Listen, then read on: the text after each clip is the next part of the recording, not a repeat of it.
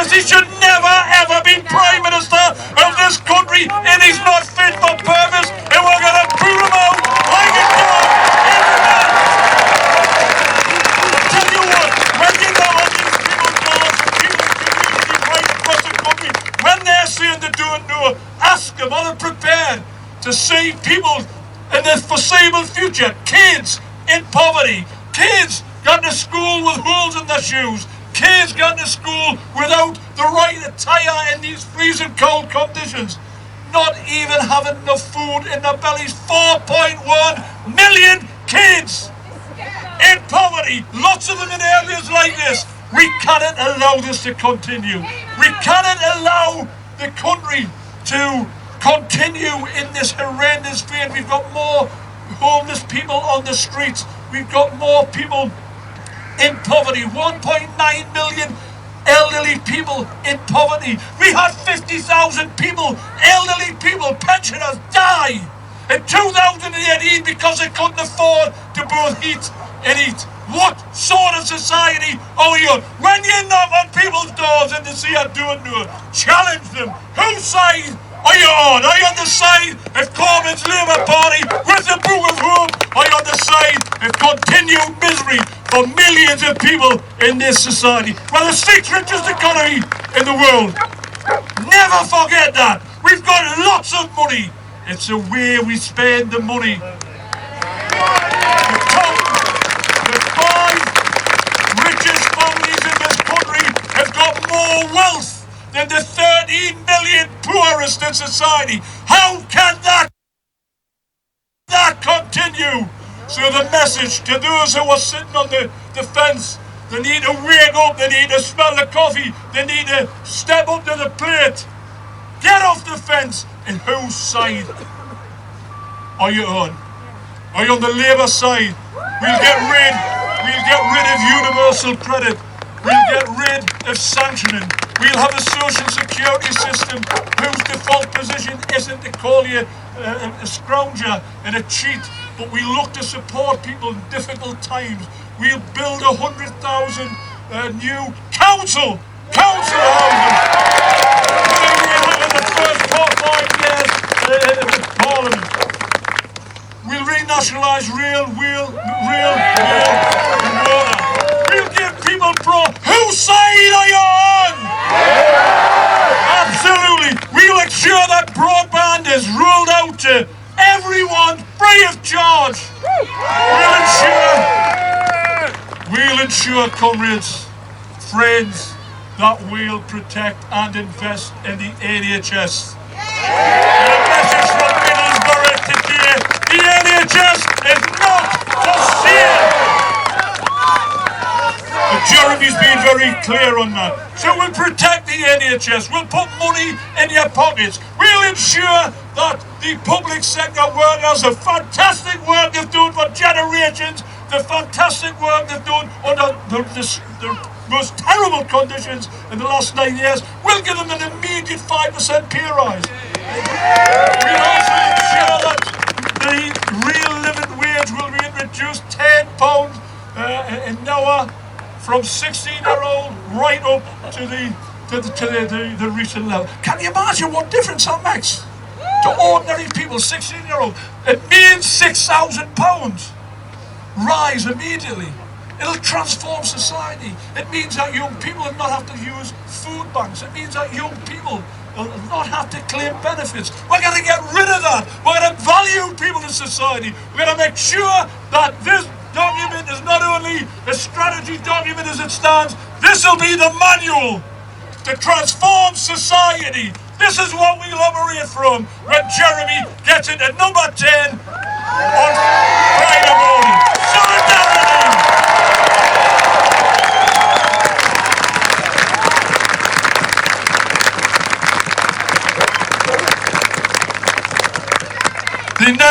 The next speaker needs no introduction, and I'm absolutely certain that she'll be in the Commons on Friday morning. Lauren Dingsdale.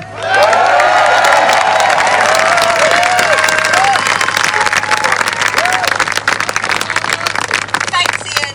I am absolutely thrilled to be standing here today after 18 months of campaigning in this constituency, in my home constituency, for the people that I went to school with, for my family, my communities. It's an absolute honour to be stood here today. The hardest part of the campaign hasn't been the fact it's a winter election. It hasn't been the rain, the cold. It hasn't been the media and the constant barrage of fake news. It's been the stories that I've heard on the doorstep. I've had over a dozen people actually break down in tears to me on the doorstep about what they've had to go through over the last 9 years of Tory austerity. Just this week, a man called me about his daughter who had had a fall in Martin just up the road at about 6:30 at night, and an ambulance wasn't able to get there till 1:30 in the morning to take her to James Cook. That's 7 hours in the cold, in the dark, and in excruciating pain. This is not acceptable. And under 5 more years of the Tories, it would only get worse. But the best part of the campaign has been able to stand on that manifesto, being able to stand with that true message of hope that things can be different and that things will be different. That manifesto is an absolute blueprint for how we can rebuild our country and rebuild society and rebuild our economy so that it works for normal people like us.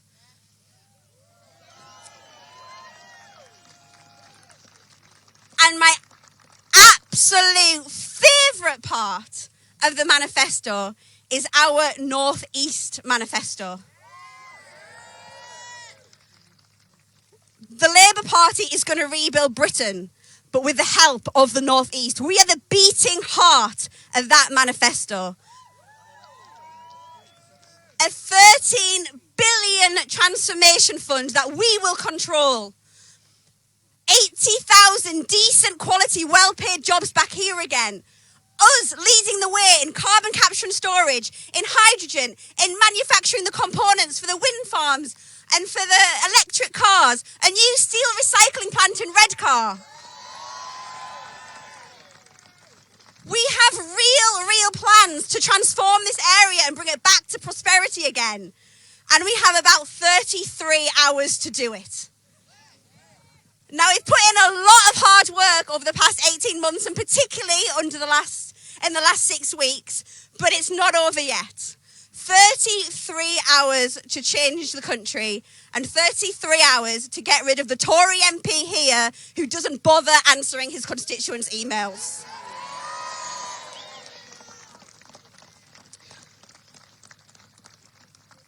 So once you finish standing in the cold in the car park, come join me on the doorstep. Like I said, 33 hours. We've got plenty to get through. But before that, it is my absolute honour to be able to introduce the man that you've all been waiting to see. Before the election started, I saw an interview with Jeremy where he was asked how he dealt with the stress of his job. And his reply, that it wasn't that stressful because he wasn't worried about how he was going to feed his family, whether or not he was going to have work the next day, whether or not his landlord was going to evict him. That response shows he is exactly the sort of leader that our country needs. And so with that, I'm honoured to introduce our next Prime Minister, Mr. Jeremy Corbyn.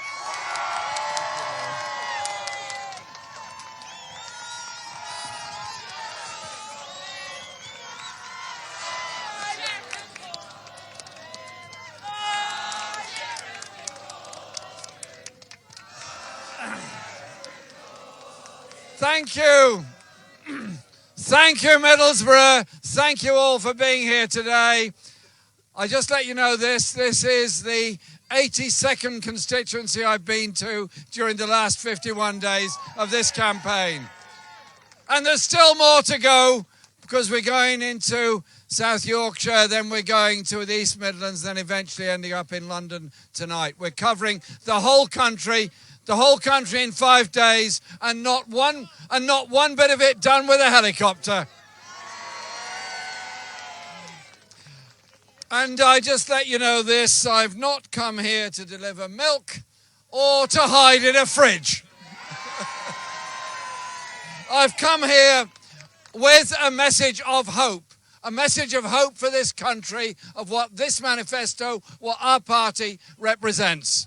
Because what we've had for the past 9 years has been cuts in public services, cuts in our National Health Service, and frozen wages, frozen public sector wages, and many people have lost their jobs.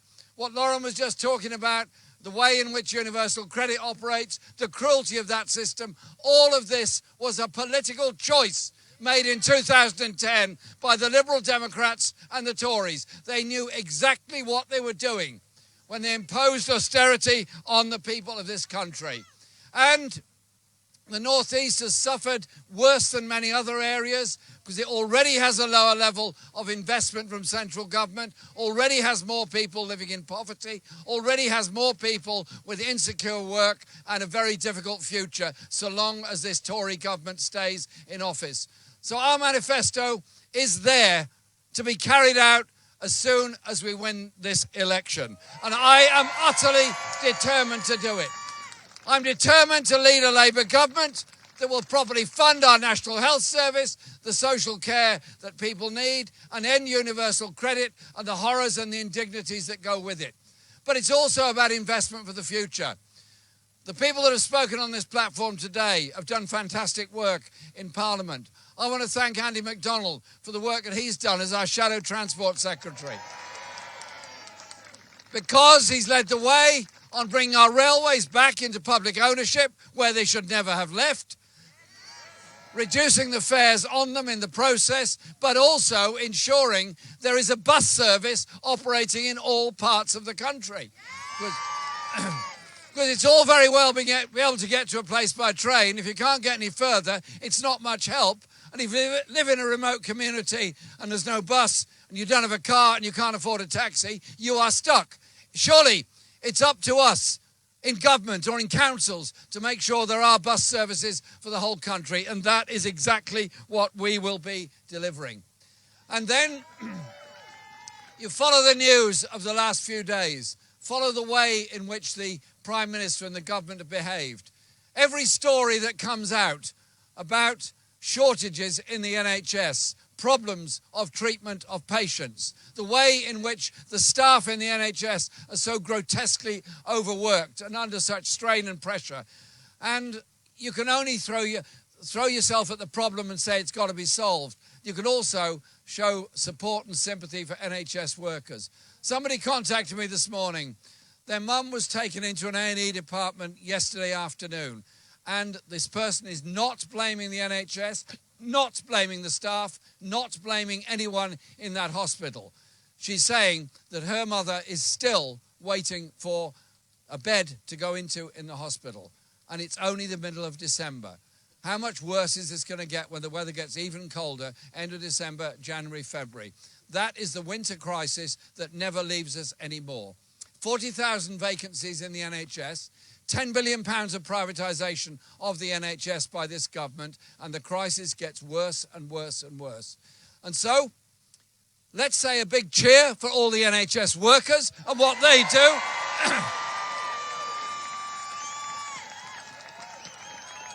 Nurses, doctors, cleaners, mental health nurses, everybody. It's the team that works in the hospital. It's the team that works in the hospital.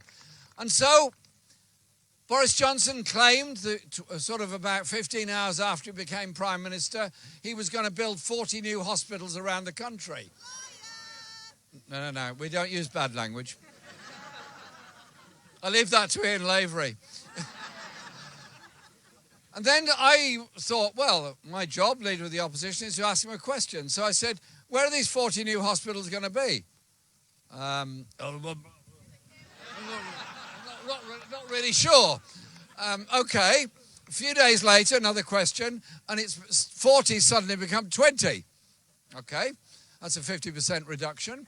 A few days later, it becomes 6. A few days later, it becomes the seed funding for the possibility of 6 new hospitals.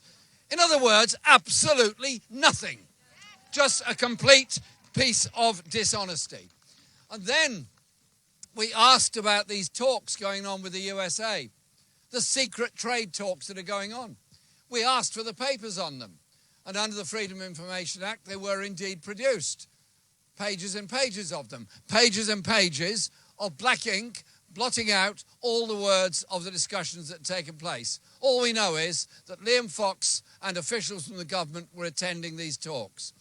We then found from the United States that they had indeed been discussing Britain's public services in a future trade deal with the USA. And then all the documents were revealed, and we made them all public last week. And you go through them and it's truly frightening. They sat down there for 2 years talking about access to our public services for American companies. And they talk about access to the health market in Britain. Well, I didn't know we had a health market.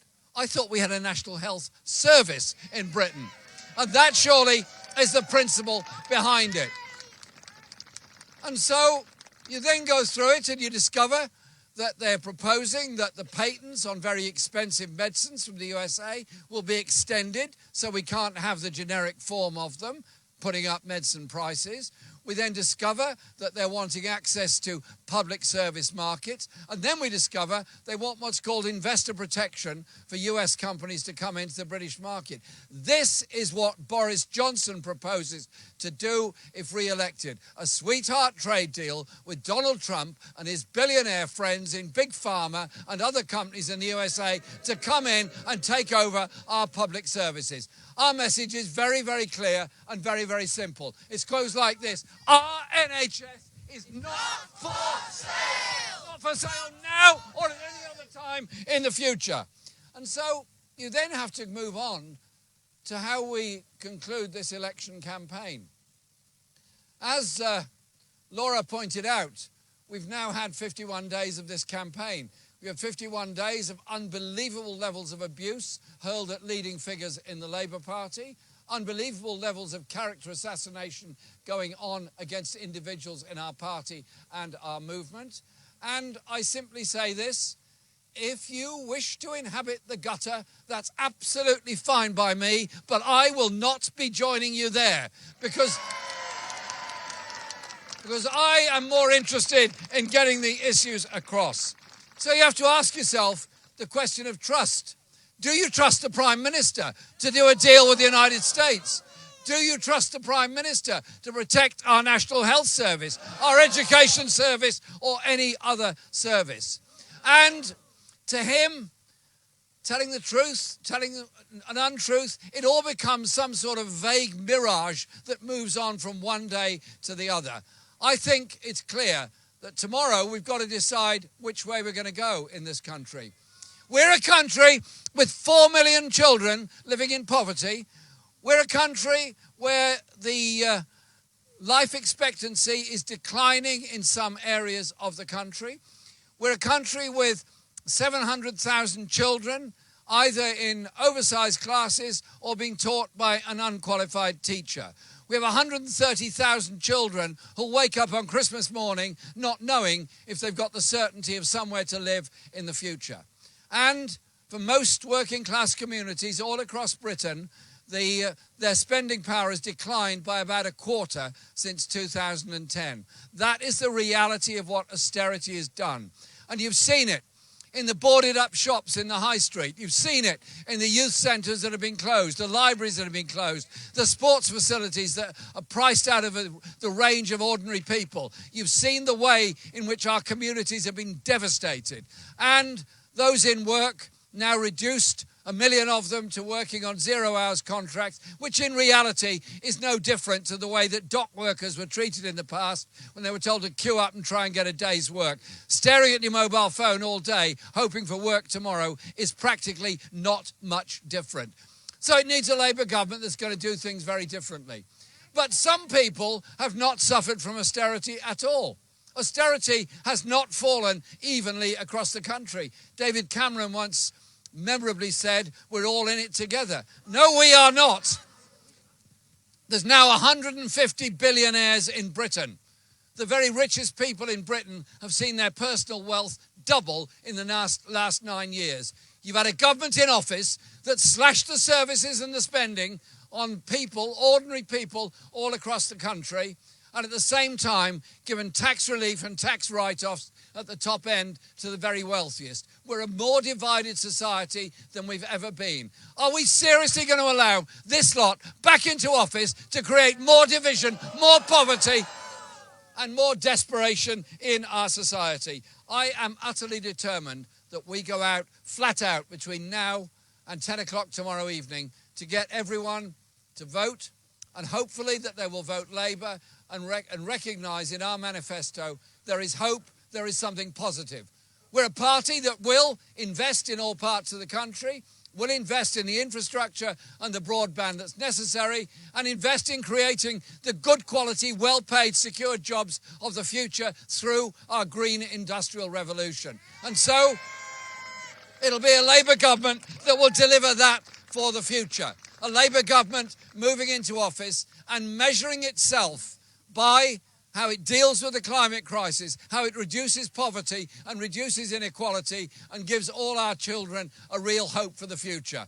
I'll finish on this. The last Labour government after the Second World War created the National Health Service. It's our greatest achievement as a movement, the National Health Service. I want the legacy of our Labour government to be the creation of a National Education Service, where every school is properly funded. Children are not put through the stress they are in primary school of excessive testing, and youngsters going to get an apprenticeship and go to college or go to university don't have to go into debt to get an education, and we will therefore end university fees and the stress level that brings about. This manifesto has been written by some very clever people in many places. It's also been written by people who don't even know they contributed to it. Those that went to Labour Party branch meetings, union branch meetings, sent in advice, sent in letters, told me things, told other people things. This manifesto is a product of the aspirations and the wishes of millions of people all across this country, of the kind of country we can be, the kind of place we can occupy in the world, a voice for justice, for human rights and for economic justice around the world. A Labour government that you can be proud of, a Labour government that will deliver for the people. Please do absolutely everything you can to win in Middlesborough South and East Cleveland and all the other marginal constituencies. Re-elect the great people that have been on this platform with me. But above all, remember, it is our choice, our chance tomorrow to elect a government that will be for the many, not the few, a government that you can trust, and it will not be motivated solely by more billionaires around the world. It'll be motivated by improving the life chances of every single child all across this country and bringing justice to those denied social care, the waspy women who've been so grievously treated, and so many others. Tomorrow, let's go out there and win that election, win for Labour and get a Labour government.